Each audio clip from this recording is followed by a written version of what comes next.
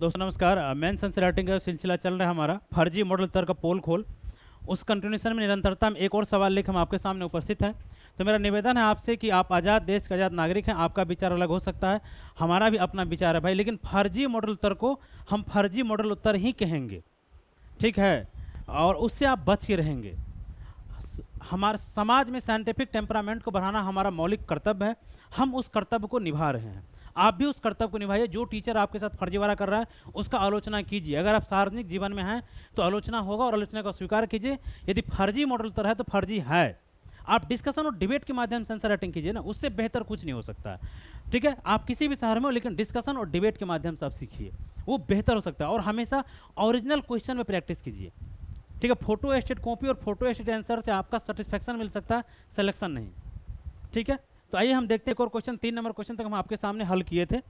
और आप किसी भी शहर में हो, आप हमारे, अगर आपको मेंस आंसर राइटिंग में दिक्कत है तो आप हमारे दिए गए नंबर पर हमसे संपर्क कर सकते हैं, ऑनलाइन ऑफलाइन किसी भी मोड में। और ये प्रयास यदि हमारा अच्छा लगता है तो थोड़ा शेयर वेयर कर दिया कीजिए, चैनल को सब्सक्राइब कर लिया कीजिए, ठीक है। क्योंकि मैं इतने संसाधन संपन्न लोग नहीं कि यूट्यूब पे वीडियो स्पॉन्सर कर दूँ, ये सब ठीक नहीं रहता है, ठीक है। आइए क्वेश्चन हम देखिए 4 नंबर क्वेश्चन, हमने कहा 4 नंबर क्वेश्चन है क्या कि उष्ण कटिबंधीय देशों में, अब देखिए उष्ण कटिबंधीय देशों में क्या खाद्य सुरक्षा पर, ये दूसरा सेगमेंट हो गया, ये पहला सेगमेंट हो गया। जलवायु परिवर्तन के तीसरा सेगमेंट हो गया। परिणामों की विवेचना कीजिए, ये हमारा चौथा सेगमेंट हो गया, परिणाम। अब यहाँ पे इस क्वेश्चन में आप देखिए कि उष्ण कटिबंधीय देश, आपको अपने आंसर को सिर्फ उष्ण कटिबंधीय देशों तक ही सीमित रखना है। और उसके बाद सिर्फ खाद्य सुरक्षा पर जलवायु परिवर्तन का प्रभाव अनेकों चीज पर पड़ रहा है, लेकिन आपसे क्वेश्चन में पूछ लिया गया है फूड सिक्योरिटी, खाद्य सुरक्षा पर। और हम इसलिए फर्जी मॉडल उत्तर कहते हैं कि हमने बहुत सारे कोचिंग वालों का, जब विद्यार्थी हमसे मिलने आता कहता है कि सर हम इस कोचिंग में किए थे, हम इस कोचिंग में मेरा आंसर चेक कर दीजिए। हम उसका जब आंसर चेक करते हैं सच में फर्जी लिखा रहता है, पूछा कुछ और गया लिखा कुछ और रहता है, तो उसके फर्जी ना कहें तो क्या कहें ये बताओ, ठीक है। मैंने बहुत सारे कोचिंगों का आंसर काटा है भाई, जो जो पूछा गया उसी का जवाब देंगे ना। तो जब उसके पास पॉइंट्स की कमी होती है तो वो क्या करता है, अलग अलग से पॉइंट ला के दे देता है। यहाँ पे जब आपसे पूछा गया सिर्फ खाद्य सुरक्षा, तो आप खाद्य सुरक्षा कहीं ना पर आंसर लिखेंगे। मानव का एग्जाम्पल यहाँ पे कैसे डाल देंगे, तो खाद्य सुरक्षा। तो अब उम्मीद करते हैं क्वेश्चन को आप समझ गए होंगे। यहाँ पे हमारा जो उष्ण कटिबंधीय देश है, शीतोष्ण कटिबंधीय देश है, शीत कटिबंधीय देश है, तो वहाँ का एग्जाम्पल नहीं लेना है ना आपको। प्रभाव उस पर भी पड़ेगा, प्रभाव अन्य चीज़ों पर भी पड़ेगा, लेकिन जो सीमित किया है तो ये फर्जी मॉडल उत्तर से नहीं आता है, ये आता है डिस्कशन डिबेट से, और फोटो स्टेट टीचर से भी ये नहीं आता है। चलिए हम इसका भूमिका देखते हैं, लिखने का प्रयास करते हैं। भूमिका क्या लिखा जाएगा आज, ये भाई स्पेस थोड़ा दे दीजिए। क्वेश्चन आप समझ गए होंगे तो थोड़ा शेयर वेयर कर दिया कीजिए वीडियो को, अच्छी चीज़ें सभी तक पहुँचनी चाहिए थी। क्यों ये नहीं, तुम कल वाला आ जाते हो यार, कल वाला मत आओ। आइए, हमने कहा उष्ण, तो भूमिका। अब यहाँ पे भूमिका हम लिखें तो आप सपोज कीजिए कि आप कहेंगे उष्ण कटिबंधीय देश से हम क्या भूमिका शुरू करें। तो आपको तो पता है ना, यहाँ पे आपको मैप मांगता है, एक मैप आपको बनाना पड़ेगा। सपोज ये है हमारा, आपने यहाँ पे ग्लोब बना दिया। ये हमारा क्या है, 0 डिग्री, इक्वेटर जिसे हम लोग कहते हैं, भूमध्य रेखा। ये हमारा 30 डिग्री हो गया। एक राउंड फिगर ले लीजिए, ऐसे 23 आता है लेकिन यहाँ पे 30, ये 30 हमारा साउथ हो गया, और ये 30 हमारा क्या हो गया, नॉर्थ हो गया। अब इसी के जो बीच का देश है यही हमारा उष्ण कटिबंधीय देश है ना, ये बताइए, यही हमारा उष्ण कटिबंधीय देश है। यहाँ पर आप 1-2 देश का एग्जाम्पल डाल सकते हैं। तो बस इसी को तो आपको भाषा में भूमिका में लिखना है कि उष्ण कटिबंधीय देश से हमारा तात्पर्य है कि यह संबंध है कि 30 डिग्री नॉर्थ अक्षांश और 30 डिग्री साउथ अक्षांश के बीच के देशों को उष्ण कटिबंधीय देश कहा जाता है। उदाहरण के लिए भारत, इंडोनेशिया, एक इधर से ले लीजिए ब्राज़ील, वहाँ से ले लीजिए, और एक अफ्रीका का कोई भी कंट्री आप ले लीजिए। 1-2 दे देंगे तो ठीक है, लेकिन नहीं भी देंगे, लेकिन ले ली तो और अच्छी बात है। तो ये हमारा भूमिका हो गया कि नहीं हो गया, ये बताइए। तो आप समझ गए भूमिका यहाँ की, उष्ण कटिबंधीय देशों से हमारा तात्पर्य है कि 30 डिग्री नॉर्थ और 30 डिग्री साउथ के मध्य देश से है। उदाहरण के लिए भारत, ब्राज़ील, ठीक है। आप एग्जाम्पल ले लीजिए, ये आपका भूमिका हो गया। बस चूंकि 10 मार्क्स का क्वेश्चन 1.5 शब्द में ही लिखना है तो आपके पास स्पेस थोड़ा कम होगा। अगर चाहे तो और आप उसको बढ़ा सकते हैं कि इन देशों पर जलवायु परिवर्तन का सर्वाधिक प्रभाव पड़ा है या पड़ रहा है, जो निम्नांकित क्षेत्रों को या विभिन्न क्षेत्रों को प्रभावित करता है, जिनमें से खाद्य सुरक्षा सर्वाधिक महत्वपूर्ण है। ये आप जोड़ सकते हैं, लेकिन डिपेंड करता है कि आपके पास शब्द सीमा कितना है, उसी में आपको लिखना पड़ेगा। तो हमने कहा कि ये देश हैं जलवायु परिवर्तन का इन देशों के सर्वाधिक क्षेत्रों पर प्रभाव पड़ा है, लेकिन उनमें से खाद्य सुरक्षा भी एक महत्वपूर्ण है। ये आप जोड़ सकते हैं। तो मैं फिर कह रहा हूँ कि शब्द सीमा को जोड़ के आप देखेंगे, क्योंकि जब हम कभी बोलते हैं तो हमें ये या पता नहीं चल पाता कि ये कितने लाइन में जाएगा। जब उसी को हम कभी लिखते हैं तो लगता है यार इतना लंबा हो गया क्या। तो हमने बता दिया आपको। तो भूमिका आप समझ गए। भूमिका लिखने के बाद आप ये मैप बना दीजिए। इसके बाद हमारा आता है बॉडी का पार्ट। तो आइए हम बॉडी में देखते हैं कि बॉडी में हम क्या लिखें। तो चलिए हम बॉडी की बात करें। बॉडी, और अगर यहाँ पे आप विश्व मानचित्र बना सकते हैं तो वो भी आप बना दीजिए, कोई दिक्कत नहीं है। लेकिन ये है कि थोड़ा सा ज़्यादा बनाना पड़ेगा। इधर से आपको अफ्रीका ये लेना पड़ेगा, नॉर्थ अमेरिका, साउथ अमेरिका, फिर अफ्रीका, यूरोप, एशिया लेना पड़ेगा पूरा का पूरा। मैं ज्योग्राफी का छात्र हूँ, मैं बनाना जानता हूँ, मैं बना दूँ, बट ग्लोब से काम चला लीजिए, वहाँ पे भी नंबर आपको मिल जाएगा, क्योंकि उसको बनाने में थोड़ा अधिक समय लग जाएगा, आपको टाइम का बड़ा दिक्कत होता है, आप जानते हैं मेंस में। अब क्या कह रहा है इसमें बताइए कि खाद्य सुरक्षा पर जलवायु परिवर्तन के परिणाम। तो आप सब हेडिंग बनाइए, जलवायु परिवर्तन, जलवायु परिवर्तन का परिणाम। ठीक है, ये हो गया हमारा। अब हमने इसे अंडरलाइन कर दिया। अब पहला पॉइंट, अब ये बताइए पहला पॉइंट तो खाद्य सुरक्षा पर पूछा है ना, तो आंसर आपका खाद्य सुरक्षा से होना चाहिए।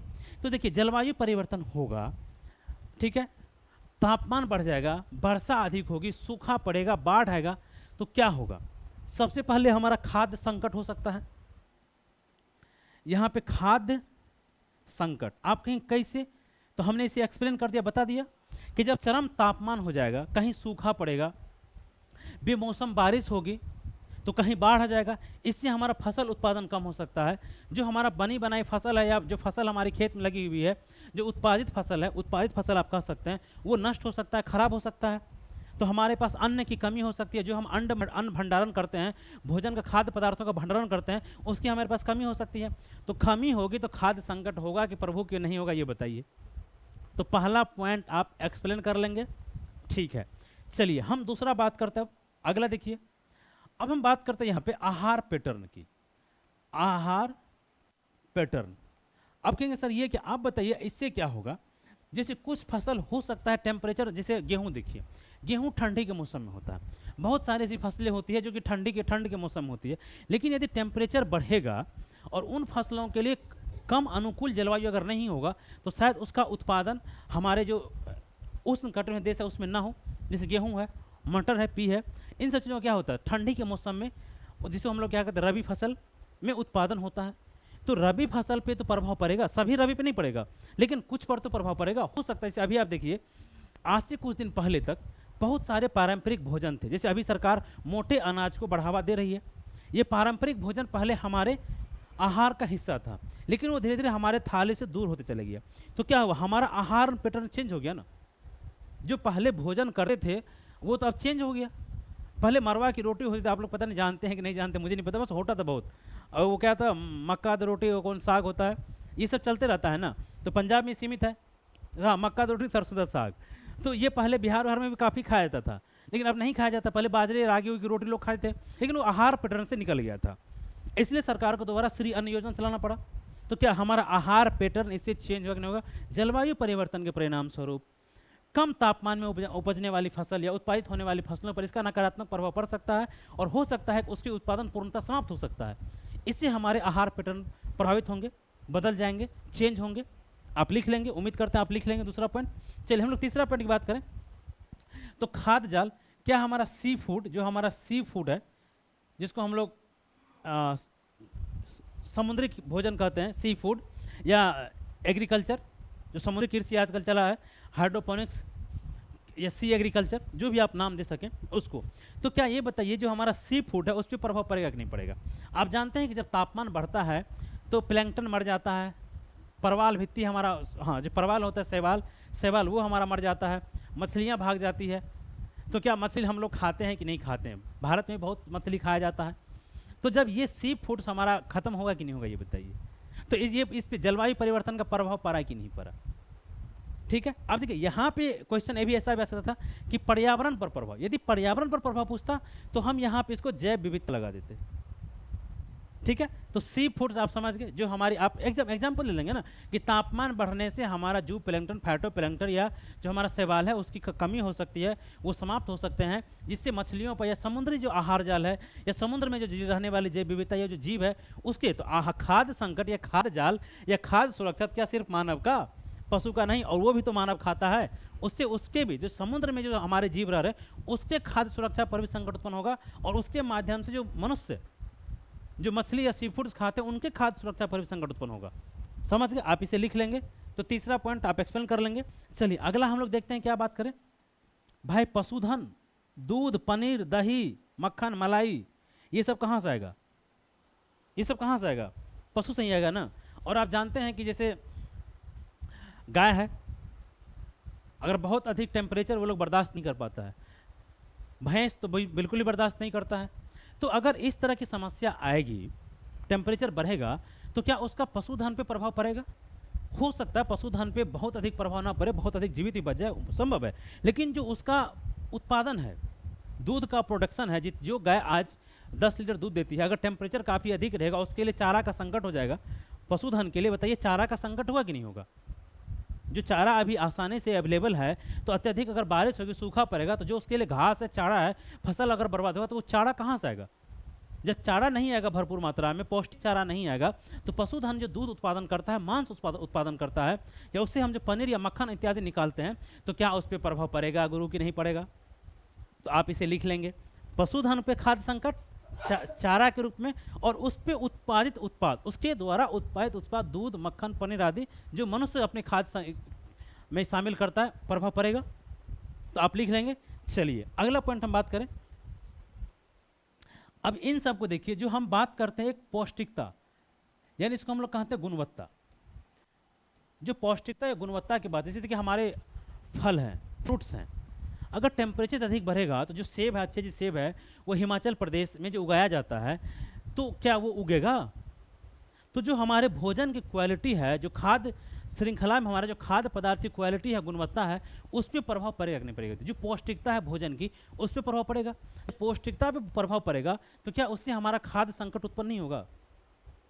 तो गुणवत्ता आप दे सकते हैं हेडिंग, या पौष्टिकता हेडिंग दे सकते हैं, और उसे एक्सप्लेन आप कर सकते हैं कि इससे जो भोजन की पौष्टिकता है, न्यूट्रिएंट्स है, उसके जो मिनरल्स है, जिससे हम पोषण की समस्या को दूर करते हैं, उस पर इसका प्रत्यक्ष प्रभाव पड़ेगा। तो गुणवत्ता आप समझ गए। अगला ले लीजिए। अब कुल मिला के जैसे देखिए कितना नंबर का सवाल है, 10 मार्क्स का, 150 शब्द में पूछा गया है। हम आपको कितना पॉइंट दिए हैं ये बताइए। अरे भाई कहाँ चले गया तुम? एक ये हो गया 1 पॉइंट, दूसरा, तीसरा, चौथा, पांचवा। इसी को यदि आपको तो 2 से 2.5 लाइन में एक्सप्लेन करना पड़ेगा। यदि आप 3 में किए तो 50 या 150। भूमिका निष्कर्ष कहाँ लिखेंगे? फिर ये जो हमने ये बताया था मैप, वर्ल्ड मैप, वो कहाँ बनाएंगे? मुश्किल से 2 लाइन में आपको एक्सप्लेन करना पड़ेगा, मात्र 2 लाइन। तो 5 दूनी 10 लाइन, 10 लगभग 100 शब्द के आसपास। फिर आप मैप बनाए, भूमिका निष्कर्ष लगभग 130 शब्दों तक, 40 तक पहुँच जाएंगे। चलिए तो आप समझ गए। एक और पॉइंट ले लीजिए थोड़ा सा, विविधता। अब इससे क्या होगा? जो हमारा विविधता है, जो खाद्य जाल की हमारे पास विविधता है, वो समाप्त हो जाएगा। जैव विविधता, जो जीव का विविधता, वो समाप्त हो जाएगा। कई जीवों पर इसका नकारात्मक प्रभाव पड़ेगा। कई जीव यहाँ से एक्सटिंक्ट हो जाएंगे, समाप्त हो जाएगा। इसे समाप्त प्राय, लुप्त प्राय की बात हम करते हैं। तो विविधता, एक हम विविधता जोड़ लीजिए। तो विविधता पर इससे नकारात्मक प्रभाव पड़ेगा। और जो खाद्य सुरक्षा में जीवों की विविधता, हमारे पास जो खाद्य जाल उपलब्ध है, उस पर गंभीर इसका प्रभाव पड़ेगा, नकारात्मक प्रभाव पड़ेगा, जो अंततः खाद्य सुरक्षा को प्रभावित करेगा। तो विविधता, तो उम्मीद करते हैं कि बॉडी का पॉइंट आप समझ गए होंगे। इसको आप एक्सप्लेन कर लेंगे, हम एक्सप्लेन करके आपको बता दिए। अब बात आती है निष्कर्ष की। निष्कर्ष क्या लिखे यहाँ पे? तो फिर से हम बता दें कि फर्जीवाड़ा से आप सावधान रहेंगे। फर्जी मॉडल तरफ से आप हमेशा ओरिजिनल क्वेश्चन में प्रैक्टिस करेंगे। ओरिजिनल क्वेश्चन पे पीसीएस का लीजिए, यूपी का लीजिए, बिहार का लीजिए, अदर स्टेट का लीजिए, यूपीएससी का लीजिए, और उससे भविष्य क्वेश्चन का आप इमेजिन कीजिए और डिस्कशन डिबेट कीजिए किसी मेंटर के साथ।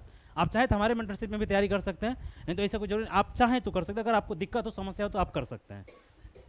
और अगर अच्छा लगता है तो थोड़ा शेयर वेयर किया कीजिए, ठीक है। अब निष्कर्ष क्या लिखेंगे ये बताइए। तो निष्कर्ष, ये तो जलवायु परिवर्तन तो सच्चाई है ना, तो हम आपको बताते हैं। देखिए हाँ, कोप की मीटिंग आप जानते होंगे, कॉन्फ्रेंस ऑफ पार्टीज 28 हुआ है यूए में, 29 होने वाला है जलवायु परिवर्तन पर। इससे पहले अगर पीछे देखेंगे, मुझे शायद पेपर 3 में क्वेश्चन मैंने एक्सप्लेन किया था, तो वहाँ पे था CC inter governmental panel on climate change, ये अपनी रिपोर्ट देती है। इसका 6 रिपोर्ट आ चुका है, 7वां रिपोर्ट आने वाला है, जिन्होंने कहा क्या कि 1.5 डिग्री सेंटीग्रेड तक आप टेम्परेचर को कंट्रोल कीजिए। यदि आप नहीं करेंगे तो इसका काफ़ी अधिक नकारात्मक प्रभाव पड़ेगा। तो निष्कर्ष में आपको इन बातों को सम्मिलित करना है, ठीक है, कि निष्कर्ष में कि जलवायु परिवर्तन को देखते हुए कोप की पार्टीज में या कोप की मीटिंग में या कोप के सम्मेलन में IPCC की रिपोर्ट को पूर्णतः अपनाना चाहिए था, और साथ ही सभी देशों के राष्ट्राध्यक्षों के द्वारा जलवायु अनुकूल कृषि को प्रोत्साहित करना चाहिए, ताकि भविष्य में खाद्य सुरक्षा संकट उत्पन्न न हो। नहीं तो एक ऐसा आंकड़ा है, रिपोर्ट है कि लगभग 70 मिलियन लोगों के लिए 2030 तक खाद्य सुरक्षा का समस्या उत्पन्न हो सकता है जलवायु परिवर्तन के कारण।